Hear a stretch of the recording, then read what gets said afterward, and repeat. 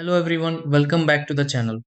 If your ChargePoint charger is having trouble connecting to Wi-Fi, you are certainly not the only one dealing with this issue. A weak signal, incorrect network settings, or a temporary communication glitch can sometimes prevent the ChargePoint charger from establishing a stable connection. Fortunately, this problem does not always indicate that the unit is defective. In many cases, a few simple adjustments are enough to get the ChargePoint charger back online and working normally.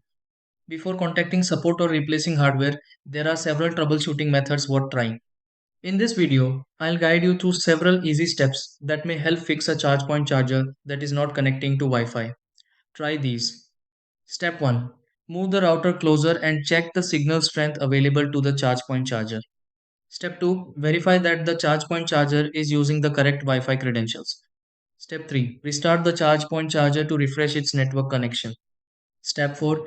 Reboot the router and reconnect the ChargePoint charger afterward.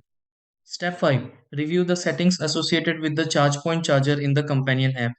Step 6. Confirm that the ChargePoint charger has successfully reconnected to Wi Fi and is functioning normally.